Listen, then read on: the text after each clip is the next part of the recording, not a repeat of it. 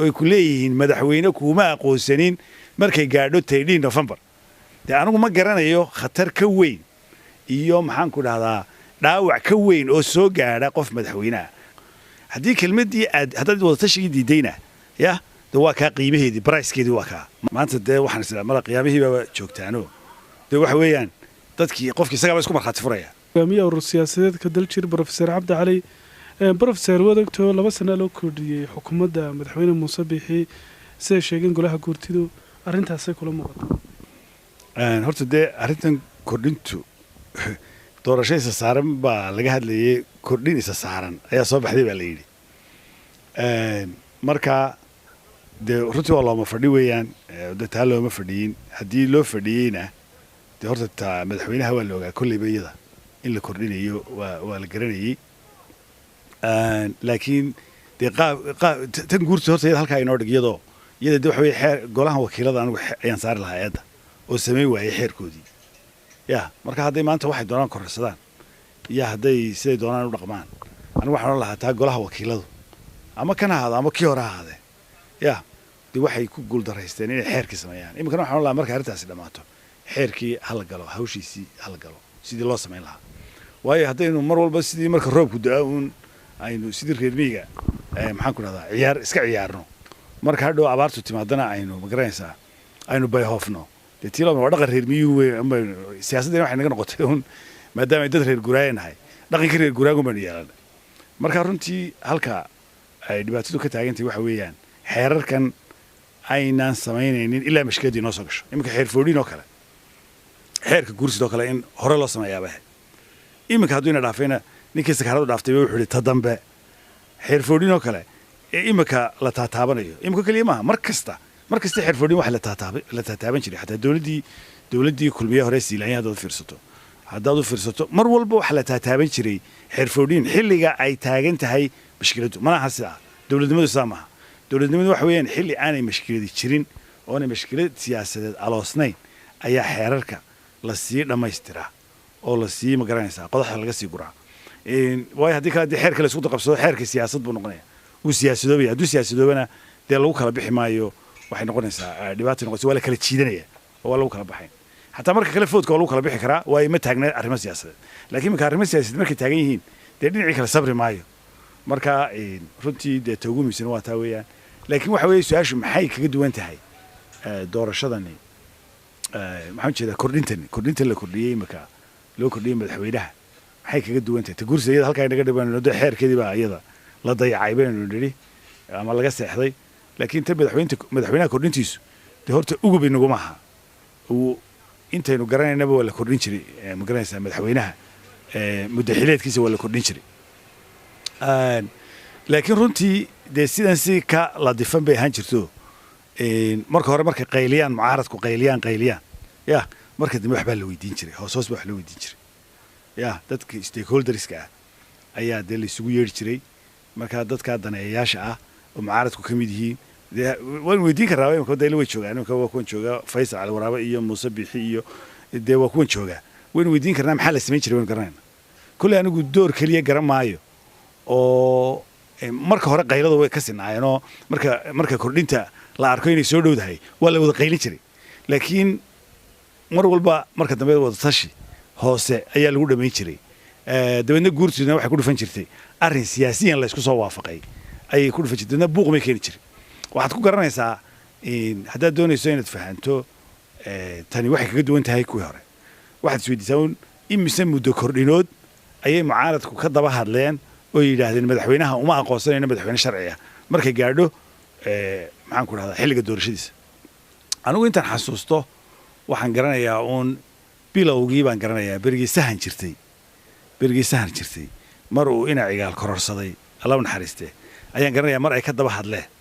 ya oo yidhaahdeen sharciyadda ma aqoonsanin markaa runtii laakiin intii ka dambeysay intaan xasuusto anigu ma garanaysaa haddii aanan ilaaweyn daahir yaalo kale intuu kororsaday oo kale siilaanyo intii loo kordhiyey oo kale golayaasha qaranka intii loo kordhin weli ma xasuusto muddo kordhin ay ka dambayso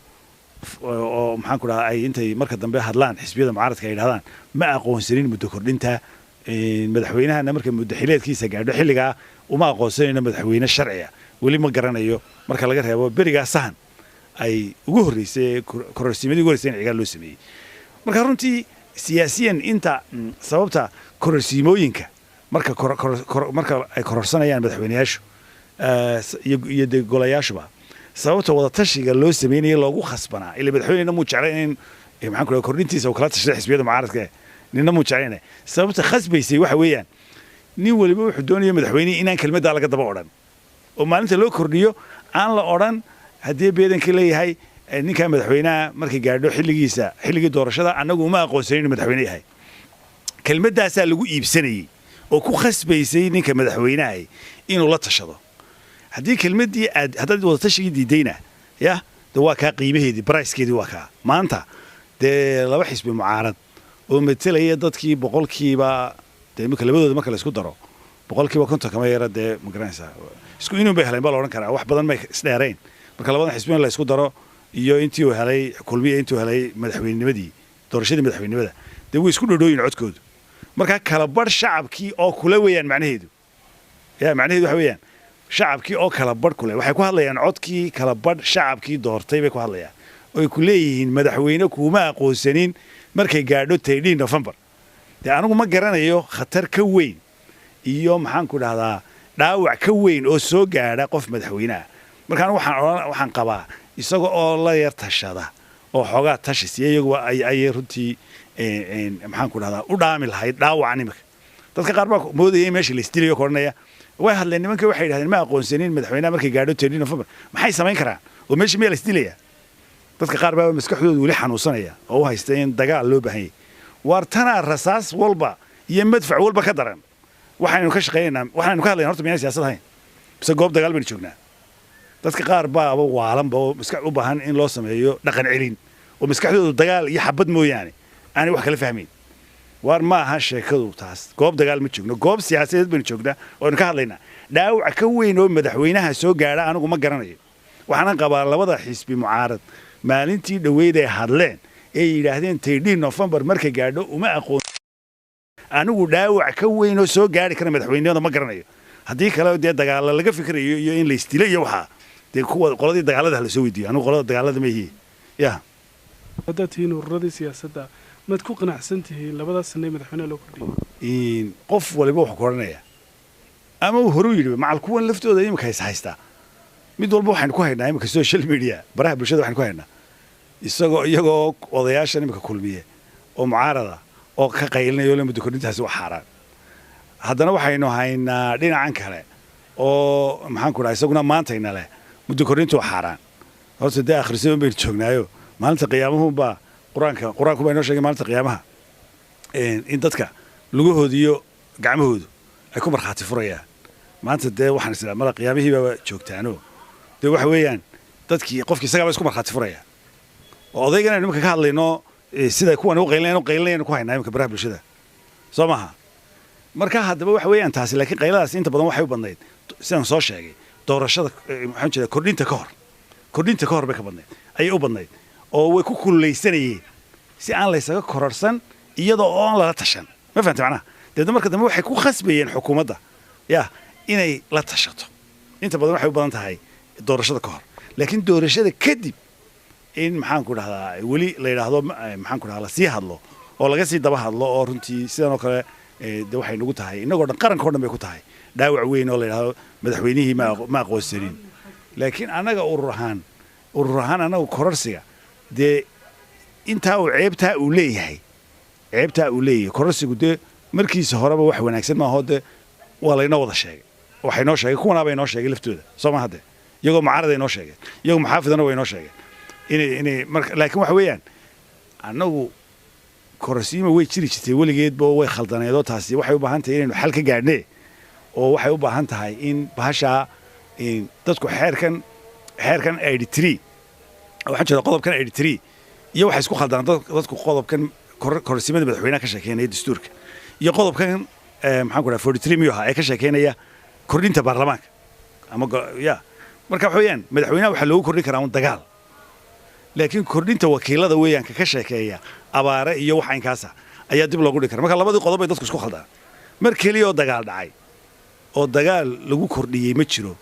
xilli allele waxay ugu dhaweyd xilligii in cigaal ee ugu horreeyey labadii xilli in cigaal loo kordhiyey xilligii hore ayay ugu dhaweyd markaliyo xilli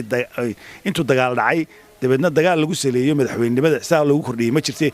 inta badan waxa lagu gabanayo farsamadan commissionka eeg waa tan la odhanayo commissionka soo qor commissionka la odhanayaa soo qor inaydaan ku qaban karaynin inta haddii la doono marka horeba farsamo ahaan dib loogu dhigo oo farsamo ahaan la habsaamiyo maxaan ku dhahaa sidii ay doorashadu u qabsami lahayd waqtigeedii oo hadday doonto xukuumaddu ka shaqaysay sidee u habsaami lahayd ayaa marka dambena la odhanayaa warqad noo soo qor aad leedihiin kuma qaban karno muddadaasaan ku qaban karnaa dabeedna arrintaa farsamadaa lagu gabadaayo guursida loo gudbiyaa oo dabeedna markaasi xukuumadduna u qortaa guursida tahdaa kuma qaban karayaane shaqadiina ka qabsada xilkiina ka guta dabeedna guursidna intay doontay kordhisaa horta arrintaa farsamee commissionkunbaa lagu gabadaaye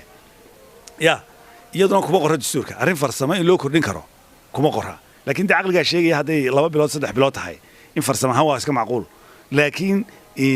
farsamo noqonaysa marka guursi ay gaadho 2 sano noqonaysa ya iyadoo 2-3 bilood loo baahan yahay farsamo ahaan marka guursida tagtana hadday noqonayso 2 sano dee taasi waa غير sharci weeyaan marka anaga su'aashana weydiisay wax weeyda wax غير sharci ma ogolaan karno urur ahaan kastoo anagu magacooda imka ku hadlay ya anagu kaygan ku hadlaya dee waa arrin la aqbali kara maaha laakiin haddana yeelkay haddii sharci darradaaba lagu socon jiray oo ay noqotay sharci darradu inoo noqotay dhaqan bay inoo noqotay dee in yaroo tashiya marka qayliyaan mucaaradku in yaroo wada tashiya la leeyahay jiray maanta waxa meesha ka maqan waxa weeyaan wada tashigii baa meesha ka baxay oo nimankii waxba lama weydiin dee iyaguna dhaawac bay geysteen imika waxay yiraahdeen madaxweynimadii sharci uma aragno markii gaadho 10 November madaxweynimada anagu sharci uma aragno dee marka anagu ma qabo in dhibaatadu soo gaadhay xukuumadda iyo madaxweynuhu kaliya waxaan u arkaa inay taasi inagu tahay qaran ahaan inay nagu tahay dhaawac iyo dhibaato ay nagu tahay dastuurkeenuna qodobka wada tashigu dastuurkeena qodobka wada tashigu waa qodob dastuuriya oo dastuurkeena ku celceliyay xeerarkeenana meel kasta ka qoran wada tashigu aasaas buu u yahay maxaan ku dhahaa dastuurkeena iyo siyaasadeena marka cidii ka tagta wada tashigu mar walba way khaldan tahay nimankan aynu aragnay marna xaggan marka ka soo jeedaan oranaya kordhintu waa xaraan marka xagga mucaaradka ka soo jeedaan marka xagga muxaafidka joogan oranaya waa xalaalna waxaan leeyahay idinka kuwa waxaan ugu maamaahi lahaa waxay la mid yihiin niman Greegii hore jiri jiray oo la oran jiray oo niman philosophers bay ahaayeen marka waxa la oran jiray sophists baa la oran jiray ama af Carabi waxa lagu dhahaa safsada ama safsadaayiin marka safsadaayiintu waxa loo dhigi jiray dhalinyarada loo dhigi jiray niman waxa jira macallimiin baa jiri jiray oo intay dhalinyarada u dhigaan safsadada ama sophistriga ayaa waxa la oranayaa qofka dhalinyarada markuu qalin jabinayo waxa la oranayaa soo istaag hebelow waxaad u sheegtaa dadka ka dhaadhicisa dadka halkan fadhiya in beentu tahay dariiqa lagu halaagsamo markaasuu sheegaya beenta iyo siday u xun tahay iyo siday qofka ugu dambeynta magaranaysa u halaagto ayuu ka sheekeynaya haddana waxa la oranayaa ma taqaanaa isla isagii baa lagu oranayaa haddana waxaad caddaysaa in beentu tahay dariiqa keliya ee lagu nabadgalo inay tahay waxa keliya lagu nabadgalaba ay tahay haddana isla isagii baa wuxuu samaynayaa dood buu samaynayaa uu leeyahay ya oo dadkii ku qancinayo in beentu tahay dariiqa lagu nabadgalo labadaba haddaad dhegaysato waad ku qancaysaa labada doodoodba marka nimankaasi waxay aaminsanaayeen wax xaqiiqo la yidhaahdaa ma jirto kolba waa dhankad ka taagan tahay marka anigu waxaan odhan lahaa dee waxayna helay nimankaas ayna helayo ma garanaya inay falsafadaan u fahansan yihiin iyagoo nafta bini'aadanku iyagoo laftooda naftan bini'aadanku bay dee philosophers ka sheekeynayeen nafta bini'aadanku inay saa tahay haddaad xasuusato khudbaddii madaxweynaha markii uu ku guulaystay madaxnimada haddaad xasuusato wuxuu yidhi markuu yidhi fartiina eedaysaan waxaa ka mid ah hadalladiisa waxaa ka mid ahaa hadalla macnahoodu yahay runtii haddaanan wada xasuusan siduu yidhi haddaan isku dayo wuxuu yidhi waxay cadaaladdu tahay isla garamayno wuxuu saxu yahay isla garamayno marka eeg waa run waa falsafaddanoo jirta waxa weeye cadaaladda iyo runta marba waa dhanka ka joogo shalay markan mucaaradka ahaa dhan baan ka joogay oo markaas si baan u arkay maanta oon noqday madax aan noqdayna si baan u arki doonaa marka isla garamayno waa runtii markuu saa leeyahay uu leeyahay waxay cadaaladdu tahay isla garamayno waxay tahay run xaq u yahay isla garamayno siday tahay ma garanaysaa hadalla macnahoodu caynkaa yahay marka waxa weeyaan waa kolba dhanka ka taaganay ayaa saxa ama xaqa waa falsafadan oo jirta oo dee jirtay 4,000 waxaa laga hadlayaa 4,000 oo sano ka hor ugu dambeyntii professor cabdi cali guddiga doorashooyinka Soomaaliland waxay ka hadleen oo kaliya doorashada madaxtooyada sidoo kale ilaa hadda ma jirto cid soo hadal qaaday doorashadii ururada iyadoo 6 biloodna muddadii madaxtinimadan la kordhiyey maxaa idin meel yaalla idinka waa aragti ku dhisan in ururadana la furo laakiin qaranku ka wada tashado wixii talo u baahan isla ururada qayb naga mid isla ururadana waxay aaminsan yihiin in ururada la furo arrinka maxaan ku rahdaa arrinkii doorashada madaxweynaha kee soo horeynayana aan laga tashan la isjiirsiiyo labada fikradood baa jira marka anagu kale waxaanu nahay kole anaga ururkayga wuxuu ka mid yahay qolada aaminsan ay doonaysay in ururadana la furo arrimaha siyaasiga ee sida doorashooyinka ka soo horeynayana in qaranku ka wada tashado annagu qoladaas aan nahay marka haddii annagu maanta haddii la isjeersiinayo dee ay u suuro gelaysana dee waa dhaawaceedii dee waa kaa runtii u qaatay baan filayaa haddii dee iminkana uu doonaya inaan la sii odhan matalan madaxweynaha muddaxireedkiisi dhammaaday haddii lagu sii idhaahdo waa tafaaful xun moogti anigu lama jecli runtii in la yidhahdo madaxweynaha muddaxireedkiisu dhammaaday hadday intaasoo kaliya yidhahdaan mucaaradku dee tafaaful weeyaan oo waad garanaysaa ii sheeg farmaajo iminka 2 sano u dambeeyey farmaajo waxaa la lahaa madaxweynaha muddaxireedkiisu dhammaaday ma garanaysaa cidina lamay dagaalamin marka anu waxaan qabaa looma baahna in dadka moodaya in la dagaalamayo waxba la dagaalami maayo